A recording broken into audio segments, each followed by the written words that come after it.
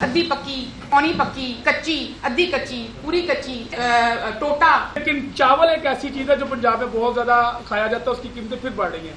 ये मेरा सवाल आपसे और मिनिस्टर ऑफ इंफॉर्मेशन से मेरा सवाल है कि पानी तरीके सब फिर एहतजाज और चलाने की बातें कर रहे हैं, मुल्क दौर में गुजर रहा है, तो इसमें पंजाब हुकूमत की स्ट्रेटेजी क्या होगी अगर ऐसा भी एहतजाज होता है तो? चावल बेसिकली चावल एक ओपन कमोडिटी है, वो इसेंशियल कमोडिटी के अंदर उस तरह से उसकी कीमत का तयन नहीं किया जाता, लेकिन हम उसके ऊपर नज़र ज़रूर रखते हैं। वो तकरीबन चावल की बहुत सारी किस्में हैं, चावल की जी 9 से ज़्यादा किस्में मैं आपको बताना चाहती हूँ।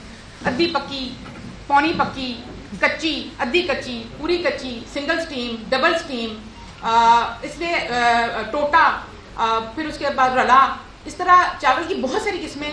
आप जब चावल लेने जाएंगे कोई उसके कायनात के या बहुत सुप्रीम क्वालिटी के सेला और एक्सपोर्ट क्वालिटी के पैक के अंदर किसी बहुत प्रीमियम क्वालिटी और प्रीमियम स्टोर से, तो वो आपको महंगा मिलेगा।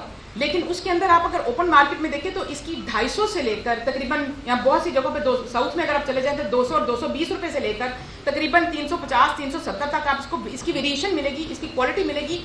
होता क्या है, मैं मीडिया के तवज्जो से कहना चाहती हूँ, मैंने पहले भी ये बात की थी कि बाज़ का जब हम मीडिया पे आप ज़रूर हमें बताएं, आपकी जो फीडबैक होती है वो हमारे लिए रहनुमाई होती है।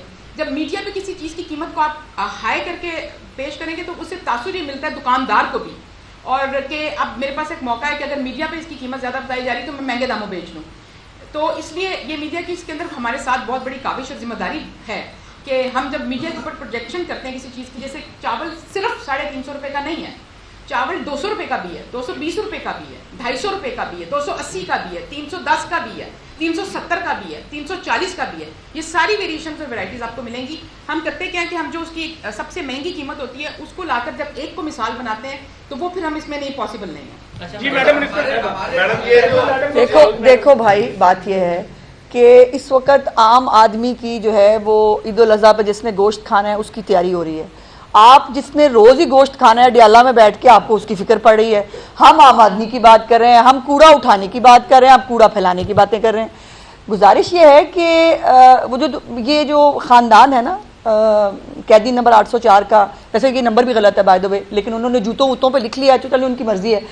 तो ये इनको ना कोई शायद रात को ये कोई फिल्में देखते हैं ऐसी कि सुबह उठ के फिर इनको लगता है कि पूरी दुनिया कायनात एक स्टेज है, उस पर फिल्म हो रही है। बाजी लीमा बाहर आती हैं, वो कभी आके कहती हैं कुछ गिव एंड टेक कर लो, फिर वो कहती हैं हम तो मान ही नहीं रहे, वो डट के खड़ा है।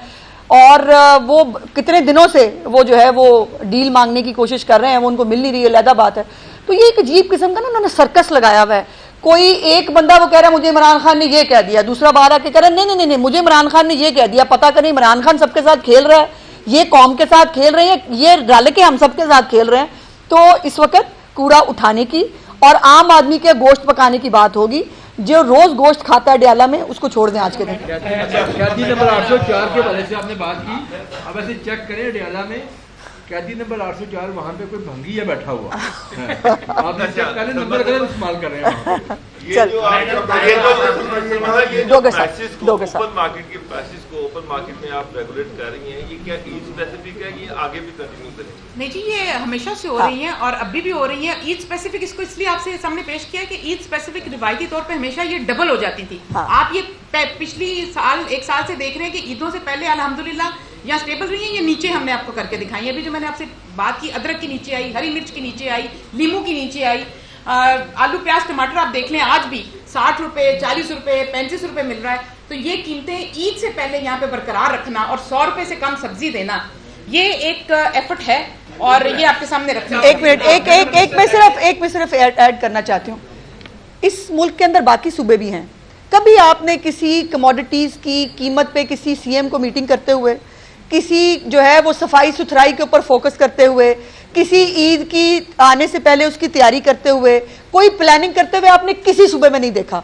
ये सिर्फ वाहिद सूबा है मरियम नवाज साहिबा का, जिसके अंदर ना सिर्फ त्योहारों से पहले बल्कि एक पूरे मैकेनिज्म के तौर पे ये डिपार्टमेंट बनाया इसलिए गया है कि जिसने 24/7 12 महीने सिर्फ यही काम करना है कि कमोडिटीज की प्राइसेस ना बढ़े। वो आपको मालूम है वो जो यहाँ पर वो भी महात्मा आए थे जो कहते थे मैं आलू प्याज टमाटर की कीमत कम करने नहीं आया, लेकिन मेरी चीफ मिनिस्टर जो है इसके ऊपर वो प्राउड फील करती है ये कह के कि वो आलू प्याज टमाटर की कीमत में कमी करने के लिए आई है और अल्हम्दुलिल्लाह इसमें कमी वाकया हो रही है। बारी बारी बारी बारी त्योहार का हर दिन हाँ। बड़ा मुश्किल होता है इंतजामिया के लिए, हाँ। अच्छा काम कर रहे हैं। अब 3 मिनिस्टर बैठे में, हाँ। एक मरला कसाबों का भी है, हाँ। उनकी कीमतें भी बड़ी ऊंची हुई है, उसको भी तो कंट्रोल करने के लिए देखते क्यों जी, किसानों को क्या करना है? देखिए किसान जो है ना एक्चुअली तो ये एक प्राइवेट वो होता है, ये कोई सरकार के अंडर नहीं आता और खानदानी किसाब चल रहे होते हैं। मेरे घर में खानदानी किसाब हैं जो वालिद साहब के वक्त से अभी भी वही आके करते हैं, लेकिन वो भी जाहिर है वक्त के साथ साथ अपनी कीमतें बढ़ा देते हैं। इसको रेगुलराइज करने का कोई तरीका ऐसा मुझे तो नहीं लगता कि कोई मौजूद है, लेकिन और वैसे भी उनकी भी ईद होती है भाई, लेकिन उनसे भी गुजारिश ये है कि बकरे काटे इंसान ना काटे, थोड़ा रीजनेबल मुनाफा लेके जरूर बकरे काट दें लेकिन इंसानों की जेबें ना काटें मेरे भाई।